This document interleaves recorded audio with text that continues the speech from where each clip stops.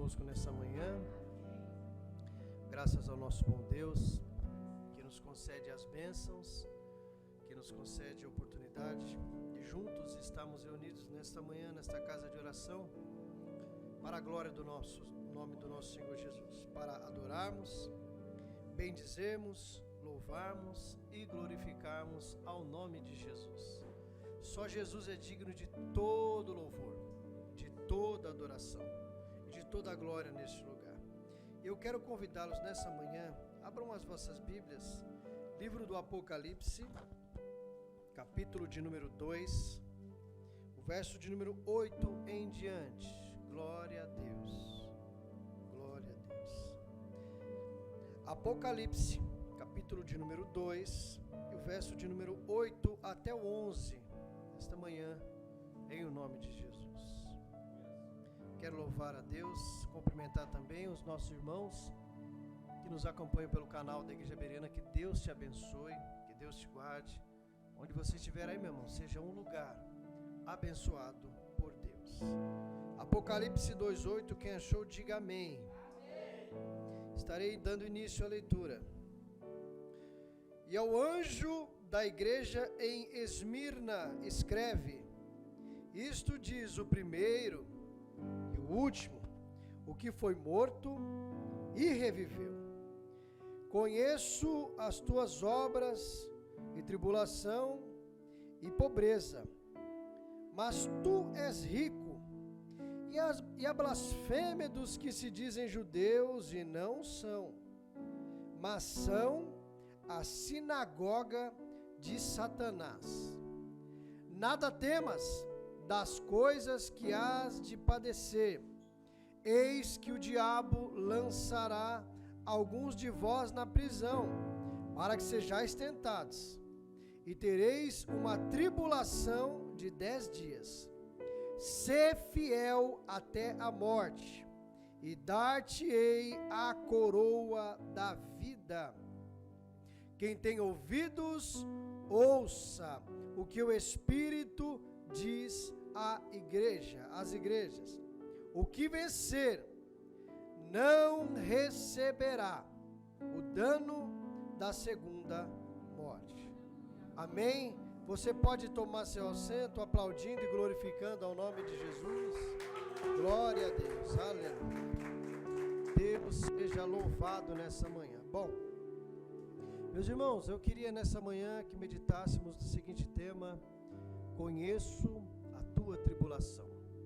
Bom, é o que Jesus disse à igreja que estava em Esmirna, e é o que Jesus diz para mim e para você nesta manhã. Eu conheço a tua tribulação. Você pode mudar essa palavra tribulação, ela tem alguns sinônimos. Então Jesus também poderia dizer a você nessa manhã: eu conheço as tuas aflições, eu conheço os teus sofrimentos. É o que Jesus está dizendo ao meu e o que Jesus está dizendo ao teu coração nessa manhã. Bom, semana passada demos isso aí através da vida do diácono Gabriel a uma série sobre as 7 igrejas do livro do Apocalipse, as 7 cartas direcionadas pelo apóstolo João, Jesus conduzindo ele e dizendo a ele o que ele deveria escrever como orientação àquelas 7 igrejas da Ásia Menor. O livro do Apocalipse, irmãos, ele foi escrito pelo apóstolo João no ano 90, na sua velhice. Isso nós sabemos através dos estudos. João, ele escreve este livro do Apocalipse, minha irmã Maria, numa ilha chamada Patmos. Essa ilha, pastor Gilmar, era uma ilha vulcânica, sem vida, no mar Egeu, onde eram enviados os presos sentenciados à pena de morte. E João foi enviado para a ilha de Patmos para morrer. Algumas razões para que João fosse enviado para a ilha de Patmos. E quem sabe você pense aí, da informação, pastor, de um homem de 90 anos, ou seja, um idoso, um senhor. Quem enviaria um senhor de 90 anos para uma ilha sem vida, uma ilha vulcânica. Quem é que poderia fazer isso? E nós também sabemos, através do estudo, que o imperador que estava sobre Roma naquela época, dominando, era um homem chamado Domiciano. E o crime, pastor Gilmar, que o apóstolo João cometeu para ser enviado para esta ilha chamada Patmos, é o crime de pregar a palavra. Eu vou repetir para você.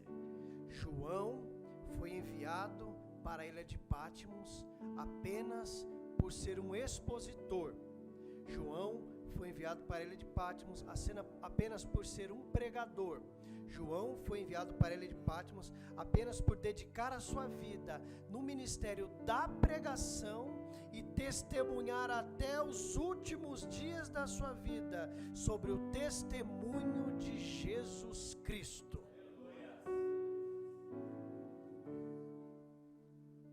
Domiciano, os imperadores sempre tiveram, por conta deles mesmos pessoais, de atribuírem para eles o título de Senhor. E João se recusava. E nós vamos ver depois o bispo da igreja de Esmirna, um homem chamado Policarpo, que ele também foi sentenciado à pena de morte. Foi martirizado porque não atribuiu a César o título de Senhor. João, ele está pregando, e dentro da sua mensagem, no capítulo de número 2, aí se você voltar comigo apenas aí a carta de João, nós vamos ler um texto aqui apenas para entendermos o que eu estou falando. Capítulo de número 2, volta aí algumas páginas, na primeira epístola de João, capítulo de número 2, primeira epístola de João, capítulo 2, apenas algumas páginas anteriores.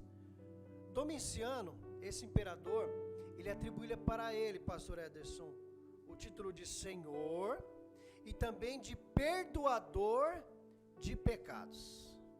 E João, no auge da sua velhice, mas como um pregador fiel, que não temia a morte, que estava debaixo de uma promessa, o imperador dizia: eu sou o Senhor e eu sou o perdoador de pecados.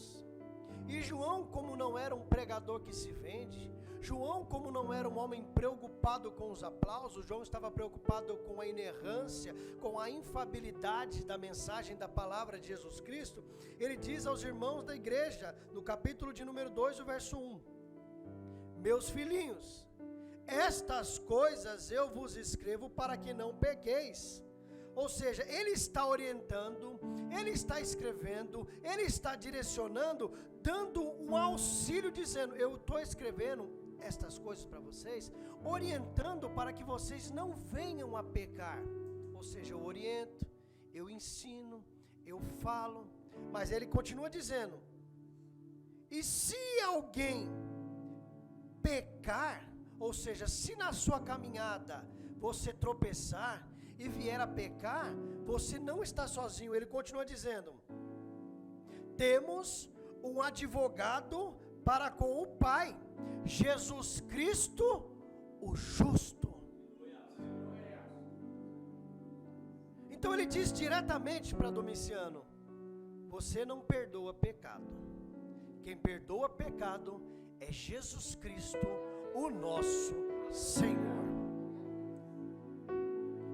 João foi enviado para a ilha de Patmos. Eu posso te dar uma outra base para você entender o porquê ele foi levado para a ilha de Patmos. No capítulo de número 1, verso 9 do Apocalipse, qual estamos lendo, está escrito assim: eu, João, que também sou vosso irmão e companheiro na aflição e no reino e na paciência de Jesus Cristo, estava na ilha chamada de Patmos por causa da palavra e do testemunho de Jesus Cristo. Então aqui vai um conselho para você que quer pregar: não espere aplausos, não espere ofertas gordas no que diz respeito a finanças, Não espere que vai voar de jato para lá, jato para cá. Ei, Deus tem um projeto e um propósito na vida de cada um. Quem faz é Deus, quem leva é Deus. Mas deixa eu dizer para você, pregar a palavra é levar a vida aonde tem morte. Pregar a palavra é levar a luz aonde há escuridão.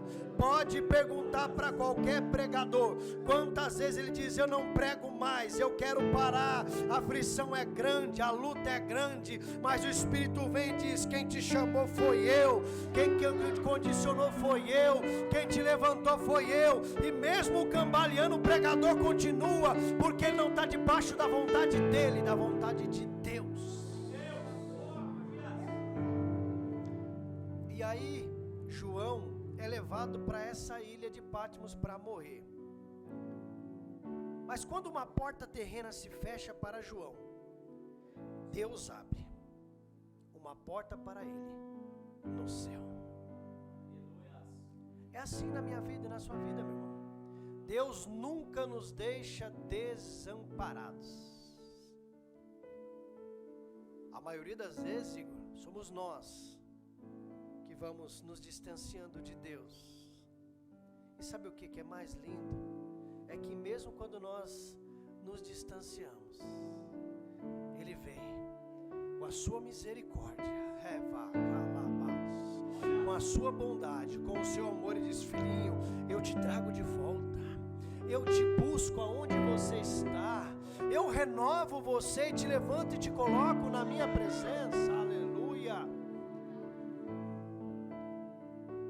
Os discípulos, porque as portas se fecham terrenamente nas nossas vidas, pode ser uma questão de aflição, pode ser uma angústia, pode ser uma questão, uma porta de emprego, as portas se fecham nas nossas vidas, os momentos de aflições que só nós sabemos que vivemos. Jesus era uma figura presente na vida dos discípulos, só que Jesus, ele morre, e Jesus acaba de ser sepultado, e no momento do sepultamento de Jesus, ele está no sepulcro. E o texto de Lucas 24 nos fala de uma história interessante. A partir do verso 13. 2 discípulos estão saindo de Jerusalém para Emaús, caminhando, andando, cabisbaixos. Como nós ficamos às vezes quando algo dá errado na sua vida. Quantas vezes a gente espera que Deus faça de uma forma, pastor Gilmar, e Deus não faz. Quantas vezes nós esperamos, pastor, que haverá uma honra e não acontece na nossa vida. Às vezes com uma crise familiar, um problema no emprego, uma questão na igreja, uma crise espiritual, como todos nós aqui vivemos. Eles estão caminhando, e o texto nos diz que quando eles estavam caminhando para Emaús, Jesus aparece com eles. O interessante no texto, pastor, é que o texto nos informa que os olhos deles estavam como que fechados. Cabisbaixo, Jesus, por que aconteceu? Por que vocês estão assim? O senhor não sabe o que aconteceu? Jesus, homem justo, foi condenado, crucificado. E aí Jesus diz para ele: Nécios, vocês não estão entendendo, vocês não têm conhecimento, não estava escrito que ele deveria padecer, que deveria acontecer, que no terceiro dia ele ressuscitaria. E aí eles foram andando, Jesus ia para um lado, ele disse: você não quer ficar com a gente? Jesus foi com eles. Quando Jesus está com eles, o texto mais à frente nos fala que Jesus está ceando com eles. Quando Jesus partiu o pão, foi como que se os olhos deles se abrissem, uma luz na vida deles. Só que quando, no versículo de número 32, quando os olhos deles se abriram, Jesus sumiu, desapareceu. E eles comentaram uns aos outros: porventura não ardia em nós o nosso coração? Oh, glória a Deus! quando pelo caminho nos falava. Eu não sei você, mas quantas das vezes eu estava angustiado, contrito, atribulado, caminhando pela rua, e de repente do nada o meu coração começava a arder, começava a sentir a presença de Deus. É Jesus andando conosco, é Jesus nos direcionando, é Jesus nos animando. Não importa a sua luta, a sua prova, o teu problema, o Jesus que ele incentivou os discípulos é o mesmo que tem um incentivo, um carinho, um amor para a tua vida nessa manhã. Jesus é assim. Jeremias 33, Jeremias está preso no pátio da guarda. Terrenamente não havia condições de Jeremias sair daquele lugar. O rei terreno mandou prender Jeremias. Detalhe, porque Jeremias era fiel à palavra. Jeremias não se vendia. Resultado da fidelidade dele, pastor, cadeia, prisão. Mas quando as portas terrenas se fecham, Jeremias está preso no pátio da guarda, com as duas mãos para trás. A voz do rei terreno, não, do rei superior, do rei soberano, invade o lugar, invade o pátio e diz para Jeremias: clame a mim e responder-te-ei. Às vezes Deus só espera um clamor da minha parte e da tua parte, para libertar o teu parente, para renovar a tua casa, para te levantar de onde você caiu. Então nessa manhã, se uma porta se fechou na terra, Deus há de socorrer você. Aplauda o Senhor, glorifique, exalte a Ele. Glória a Deus. Aleluia. João está na ilha de Patmos e a porta terrena se fecha para ele. Mas o texto do Apocalipse 4, verso 1 e 2 nos informa assim: depois destas coisas, eu olhei, estava uma porta aberta no céu, e a primeira voz, como de trombeta, ouvira falar comigo, disse: sobe aqui, e mostrar-te-ei as coisas que depois dessas devem acontecer. E logo fui arrebatado em espírito. Eis que um trono estava posto no céu, e um assentado. Aleluia. No trono fala de reinado, trono fala de governo. Deus recebe em nome de Jesus. Deus não perdeu o controle da tua vida, Deus não perdeu o controle da tua casa, Deus não perdeu o controle do teu ministério. O Rei dos Reis está sentado no trono e governa a tua vida, meu irmão. Oh, glória a Deus. Deus fiel. Aleluia. E João vê, ele está sentado no trono. Jesus dá orientações para João, para escrever orientações às 7 igrejas da Ásia. E a carta que eu gostaria de falar um pouco aos irmãos, dentro de um breve tempo aqui, é sobre o caráter da igreja de Esmirna. A igreja de Esmirna, irmãos, era uma igreja pobre e sofredora. Pobre e sofredora. E você deixa sua Bíblia aberta a partir do verso 8, que nós vamos expor os textos aí. Pobre e sofredora. E detalhe, enfrentando o martírio, ou seja, a perseguição. Querido e querida, deixa eu te dar uma orientação aqui. Não sou pastor, mas uma orientação pastoral à tua vida. A vida do crente, ela é regida, movimentada.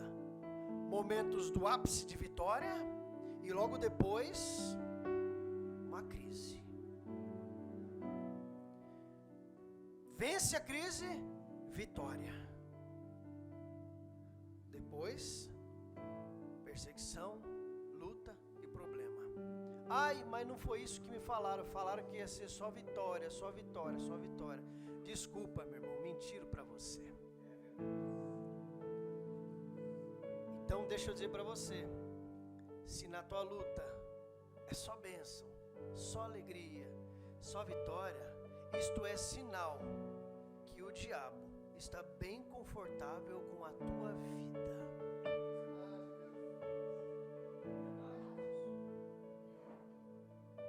Porque ele se levantou contra Jesus. Você está achando que ele não vai se levantar contra a sua vida? Mas a Bíblia nos diz, maior é o que está conosco. Oh, glória a Deus. A Bíblia também nos diz que aquele que é de Deus, o maligno não lhe toca. Pode ter luta, pode ter perseguição, pode ter crise, você vai até passar, mas Jesus ele vai adentrar e vai dizer, essa peleja não tereis que pelejar, porque o Senhor pelejará por vós. Pode até ter crise, mas Jesus diz, eu vou te ajudar, você vai vencer, você vai andar, você vai se levantar. Porque, irmãos, uma igreja pobre e sofredora é antagônico com a realidade de muitas igrejas. Igrejas ricas e bem estruturadas, pastor Ederson, mas a igreja de Esmirna era uma igreja pobre e sofredora, estava vivendo a perseguição religiosa e também a perseguição política. João foi lançado na ilha de Patmos por conta da perseguição política. O imperador diz, vai para Patmos, vai morrer. O verso de número 8 está escrito, e ao anjo da igreja em Esmirna escreve, isto diz o primeiro e o último, o que foi morto e reviveu. O versículo 8, a primeira parte diz, escreve ao anjo, entenda isso aqui, ó. Não há dúvidas quanto ao direcionamento dessa carta. A expressão ao anjo da igreja indica um direcionamento à autoridade para conduzir aquele povo. Quando Jesus diz a João, escreve ao anjo da igreja, Bruno, ele está dizendo, escreve, orienta, indica para a autoridade que foi escolhida para conduzir aquele povo. Por isso, meu irmão, me perdoe, mas eu preciso falar. Por isso que a orientação para a tua vida não vem do YouTube. A orientação da tua vida não vem da rádio que você ouve todos os dias, que é uma bênção, mensagens que edificam, tudo mais.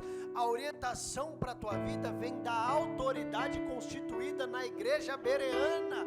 É a autoridade que ora pela tua vida, que consagra pela tua vida, que tem uma palavra da parte de Deus para a tua vida.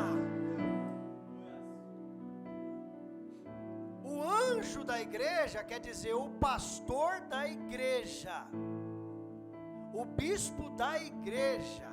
Por isso que quando Deus tem algo para tratar com a igreja, Ele trata com a liderança da igreja.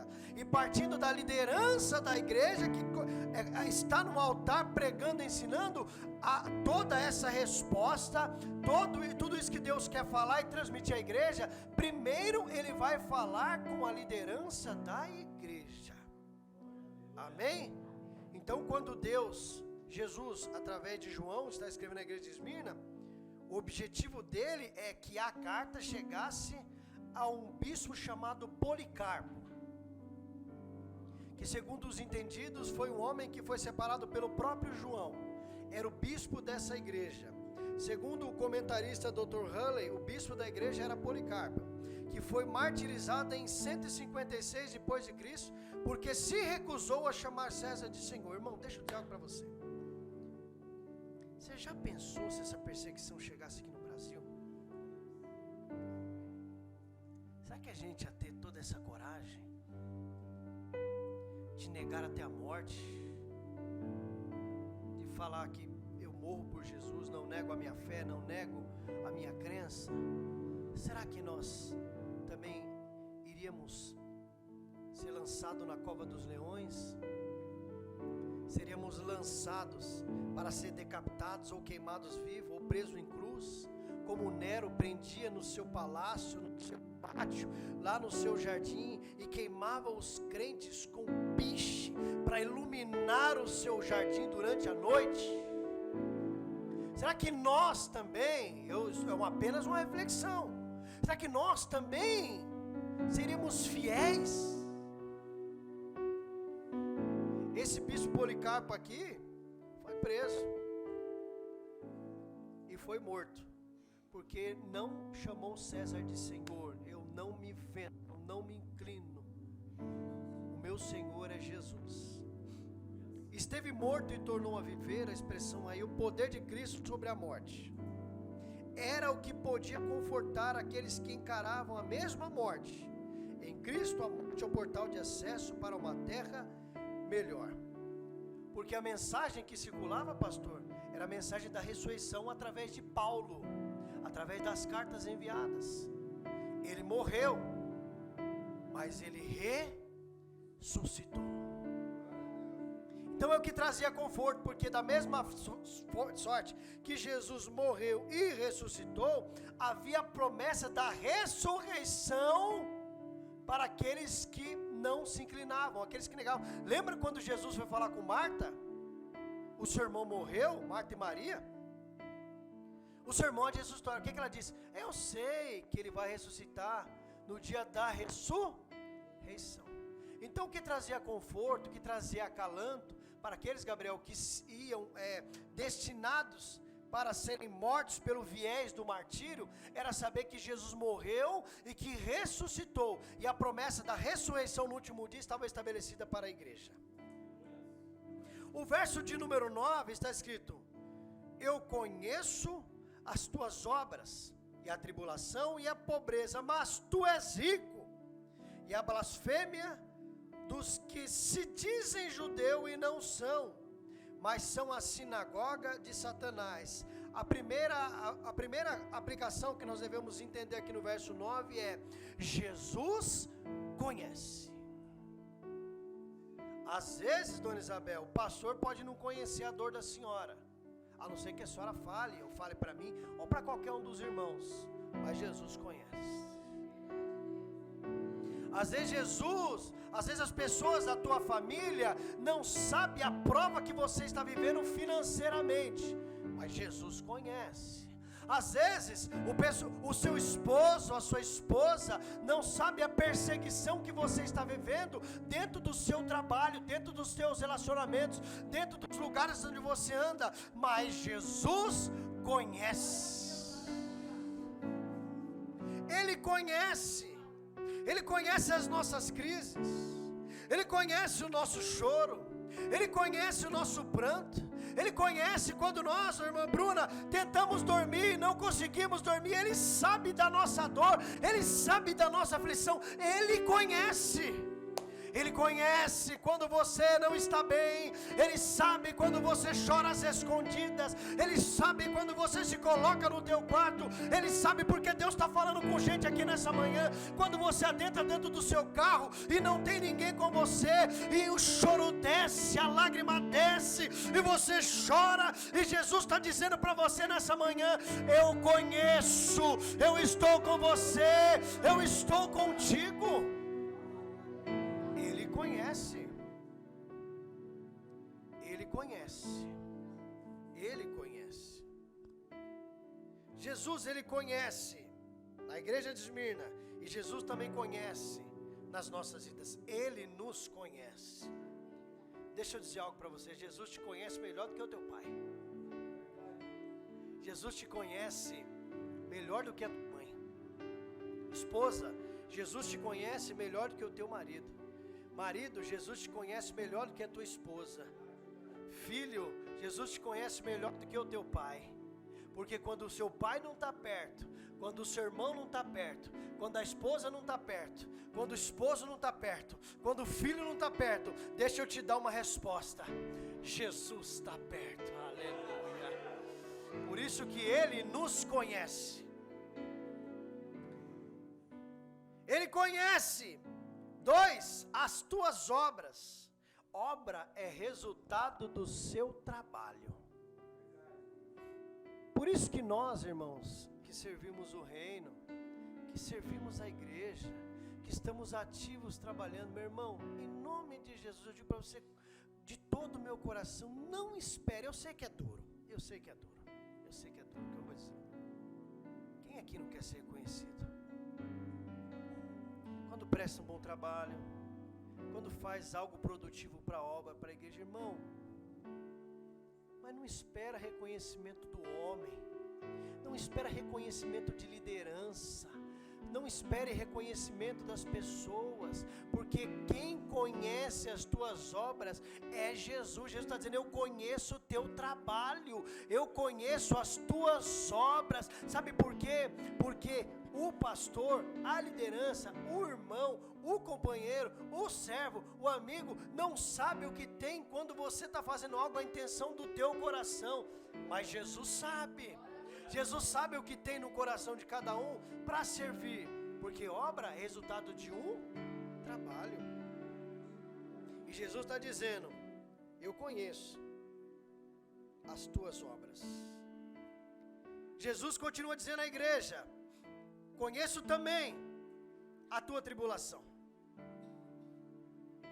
Tribulação aqui, nós podemos colocar aflição e também sofrimento. Meu irmão, Jesus não é um Senhor ausente,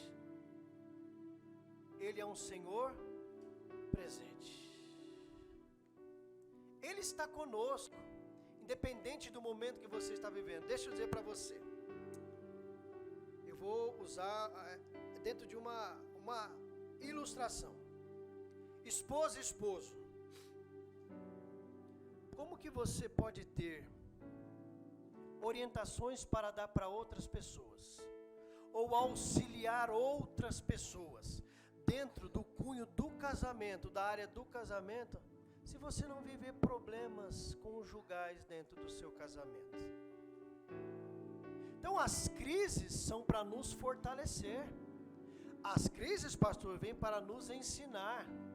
Pastor Gilmar, só quem quebra financeiramente vai ter autoridade no assunto para falar sobre o assunto para outras pessoas, dizendo, vai por aqui, vai por lá, se você ir por esse caminho não vai dar certo, porque você já viveu essa crise, você já viveu esse problema, você já viveu essa tribulação, você já viveu esse sofrimento. Aleluia, glória seja dada ao nome de Jesus, irmãos. Então só quem vive, só quem passa por uma situação vai ter experiência para falar sobre aquela situação para outra pessoa. Só quem viveu, irmãos, só quem viveu a prosperidade de Deus financeiramente, ao ser fiel e ao ter o coração aberto, liberado mesmo, assim, o coração aberto para a obra, sabe o que é desfrutar de uma providência de Deus financeira da parte dele, mas tem que viver. E se você não viver essa situação, você vai ter o que para falar? O que você tem para falar? Só vitória, só vitória, só vitória, só vitória, só vitória, só vitória. Meu irmão, é luta, é crise, é sofrimento, é problema, mas no final tem vitória da parte de Deus. Jesus conhece, Jesus sabe da obra, Jesus sabe da tribulação da igreja de Esmirna, e Ele sabe da tua tribulação também. E Ele diz, se você é pobre, a igreja de Esmirna, por isso que nós não podemos julgar de forma alguma, por isso que está cheio de charlatões por aí, que se dizem homem de Deus porque tem uma condição financeira, por conta do seu charlatanismo, por conta do seu engano, e essas pessoas vão pagar caro perante Deus por conta do engano na vida de muitas pessoas. Eles se intitulam homem de Deus por conta de uma igreja grande, por conta da sua condição financeira, do carro que usa, do terno que usa. Irmão, isso não quer dizer nada para Deus. Nós não podemos nunca julgar um homem ou uma mulher de Deus por conta da condição financeira que ele tem, por conta da casa que ele tem, por conta da conta que ele tem, por conta da casa que ele tem, da sua vestimenta.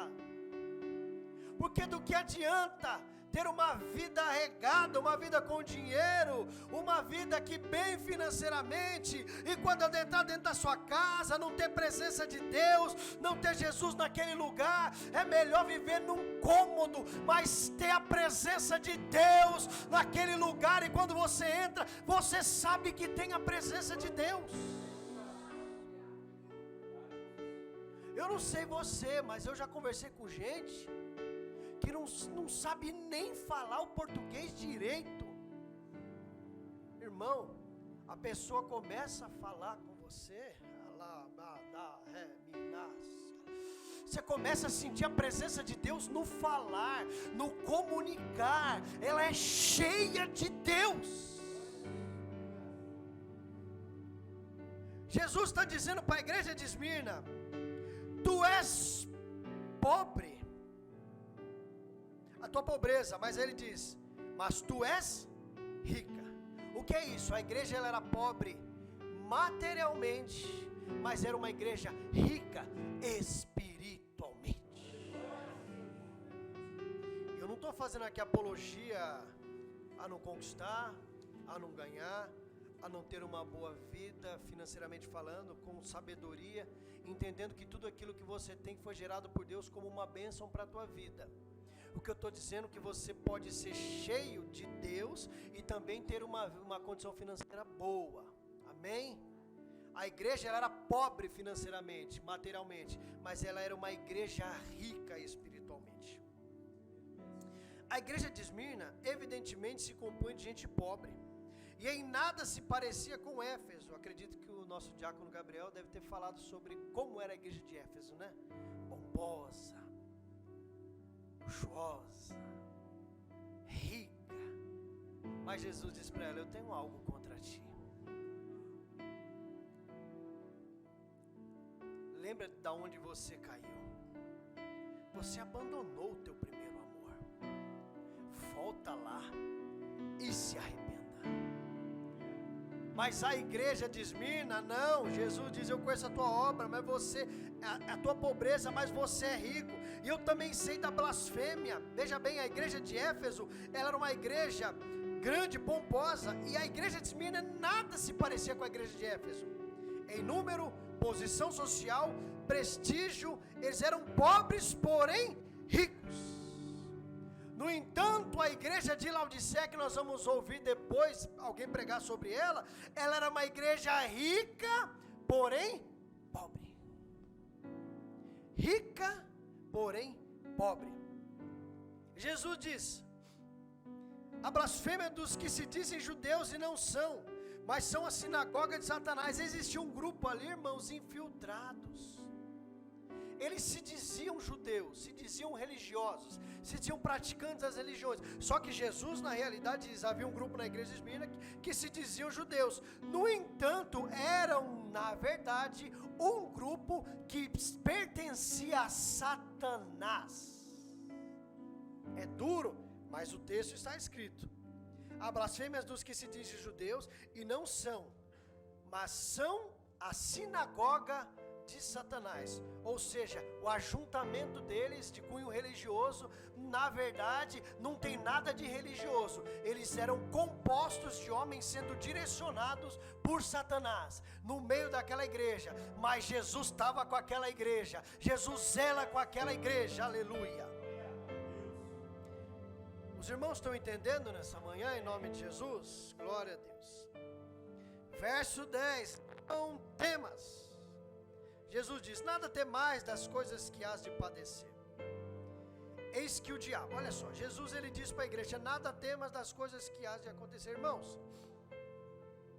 quem aqui já leu o texto de Lucas 6:46 em diante, que fala sobre os dois fundamentos? O texto diz, fala sobre dois homens, um que fez a sua casa sobre a rocha, e o outro que fez a sua casa sobre a areia. A chuva, pastor, o temporal, a enchente, a inundação, ela veio para quem fez a casa na rocha e veio para quem fez a casa na... Resultado final, A casa que prevaleceu, que não foi destruída, que não foi derribada, foi a casa que estava sobre rocha. Então na nossa vida, meu irmão, nós não devemos de temer o que nós podemos viver nessa terra. Jesus diz: nada temas das coisas que há de padecer. Pode ter luta, mas Jesus diz ao teu coração nessa manhã: não temas. Pode ter prova, não temas. Pode ter crise financeira no Brasil, não temas. Pode ter problema financeiro, pode ser que a porta de emprego se feche. Jesus está dizendo: não temas. Jesus diz: não temas. E aí ele usa: o diabo lançará. Ou seja, o diabo pode fazer alguma coisa contra vocês. Ele pode intentar sobre a vida de vocês. Ele diz: o diabo, ele lançará alguns de vós na prisão, para que sejais tentados, e tereis uma tribulação de 10 dias. Entenda aqui a questão da aplicação temporal. João aqui, ele está escrevendo para uma igreja, pastor, e a igreja de Esmirna, ela está vivendo uma perseguição religiosa por conta dos judeus, e uma perseguição política, e a figura, a expressão aqui do diabo, pode significar a perseguição aplicada pelo imperador. Ele diz: alguns de vós na prisão, para que sejais tentados, e tereis uma tribulação de 10 dias. Ser fiel até a morte, e dar-te-ei a coroa da vida. A expressão 10 dias pode significar um curto prazo ou um período limitado de tempo. A perseguição que se fez referência pode ter sido a de Domiciano, que foi uma perseguição breve, mas foi uma perseguição pesada. Não foi muito tempo, mas o homem chegou com força. Chegou mesmo, e os crentes ali, interessante é que quanto mais os crentes eram perseguidos, mais os crentes se fortaleciam e cresciam em números. Quanto mais perseguição vinha, mais os crentes cresciam.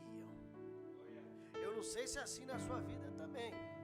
Você já entendeu como é que é a parábola da laranja? Como é que funciona? O adágio da azeitona? Você sabe como é que se produz o melhor azeite? A azeitona é trabalhada, esmagada, e dali vai se coando o azeite. A laranja é passada. Por que o suco é mais caro que a laranja? Aleluia. Você está entendendo o que Deus está falando com você nessa manhã? Deus às vezes Ele vai deixar que as coisas aconteçam, mas você vai até entrar de um jeito na prova, mas você vai sair de um outro jeito depois dessa prova. Aleluia. Quando eles atravessaram o mar, Moisés tocou, o mar se abriu, todo mundo passou a pé enxuto. Quando chegou do outro lado, Miriam falou: me dá o pandeiro, porque agora eu quero cantar louvores de adoração a Deus. Você vai entrar de um jeito na prova, mas você vai sair fortalecido, restaurado e abençoado por Deus. Glória a Deus. Esses 10 dias, eles podem aqui significar Domiciano, que foi breve, mas porém pesado, ou pode também ter sido a de Trajano, que sucedeu o imperador Domiciano, no qual foi martirizado Inácio, que estava pronto para começar. Alguns estudiosos acreditam que os 10 dias também podem ter sido as 10 perseguições imperiais, que foram os 10 imperadores que sucederam a Domiciano, esses 10 dias. Então nós temos essas duas informações teológicas a respeito dos 10 dias. Só que Jesus não para por aí. Jesus, ele fala sobre um tempo de perseguição, pastor Ederson, fala sobre um tempo de crise, um tempo que o inimigo poderia agir contra a igreja, mas aí depois ele pede fidelidade da igreja. No final está escrito assim: ser fiel até a morte, e dar-te-ei a coroa da vida. Ser fiel até a morte nos dá direito a uma recompensa, que seria a coroa da vida. Na antiguidade, a coroa era representada por uma grinalda, que era dada aos vencedores nos esportes e nas batalhas. No caso aqui, essa coroa, no caso aqui, essa grinalda, no caso para a igreja, no caso para a minha vida e para a tua vida, se nós somos fiéis até a morte, Jesus está dizendo, há uma recompensa para você, e a recompensa não é terrena, a recompensa não é uma coroa terrena, a recompensa é uma coroa celestial, a recompensa para você é o acesso à vida eterna. Glória a Deus. Verso de número 11 para concluirmos. Quem tem ouvidos, ouça o que o Espírito diz às igrejas. Bem, quem está falando para João? Jesus. Quem está falando para João? Quem está escrevendo para a igreja? Se não pegar isso aí, meu irmão. Só que aqui, Jesus diz através de João, pastor, quem tem ouvidos, ouça o que o Espírito, e com letra maiúscula, é que quando João está escrevendo, ele está sendo guiado, ele está sendo conduzido. Quem faz no culto é o Espírito, quem usa o pregador é o Espírito, quem fala através do louvor é o Espírito, quem renova a igreja é o Espírito, quem levanta a igreja é o Espírito, quem fala ao seu coração é o Espírito Santo de Deus. Querido e querida, por mais eloquente que formos, desfrutarmos de uma boa oratória, de uma boa dicção, temos o domínio da linguagem falada ou linguagem corporal. Quem convence o coração do homem é o Espírito Santo. Por isso que enquanto o pregador está pregando, enquanto o orador está anunciando, o Espírito Santo, o agente da conversão, o agente que gera o arrependimento dentro de você, ele está falando ao teu coração, ele está convencendo o teu coração, ele está iluminando a tua mente para você entender questões que você não havia entendido, coisas que ainda você não tinha se atentado, situações que você ainda não havia compreendido. Ele vem e te ilumina, te fala, te convence o teu coração. Por isso que João escreve: quem tem ouvidos, ouça o que o Espírito diz à igreja, porque enquanto o pregador prega, quem está anunciando é o Espírito Santo ao teu coração. Glória a Deus. Então quem convence é o Espírito Santo. Isso aqui traz um acalanto para nós pregadores, traz um refrigério, pastor Ederson, para mim, para o pastor Gilmar, para o Gabriel e os pregadores que Deus vai levantar nessa casa de oração, em nome de Jesus. Quem convence o homem é o Espírito Santo. Isso nos traz um refrigério, um acalanto, de sabermos que nós não somos capazes de absolutamente nada. Quem tem o poder de convencer o homem é o Espírito Santo. Ele usa a expressão aí, concluindo: o que vencer não receberá o dano da segunda morte. A segunda morte aqui, a expressão simboliza a vida eterna. Essa segunda morte é uma isenção da condenação. Cristo, através do sacrifício na cruz do Calvário, nos concede perdão e retorno ao Pai. Não sofrerá o dano da segunda morte. A Bíblia tem uma promessa de que todo homem está enfadado a morrer, sim ou não? Morrendo-se o homem, segue-se o... Mas essa morte é a morte física. E o que Jesus está dizendo quando fala da segunda morte, é a segunda morte espiritual. É que você será lançado, condenado. E Jesus conclui a igreja dizendo: o que vencer não receberá o dano da segunda morte. Ou seja, o que vencer vai viver. Vai viver. vai viver comigo no paraíso. Que nessa manhã você se assemelhe em algo com a igreja de Esmirna, que o que Jesus falou através de João, ensinando e falando à igreja de Esmirna, algo tem a ver com a minha vida e com a sua vida. Que nós possamos sair daqui nessa manhã, compreendendo o que a palavra tem ao nosso coração, em nome de Jesus. Assim eu agradeço a oportunidade, em nome de Jesus, e aplaudo ao Senhor Jesus nessa manhã. Glória ao nome de Jesus.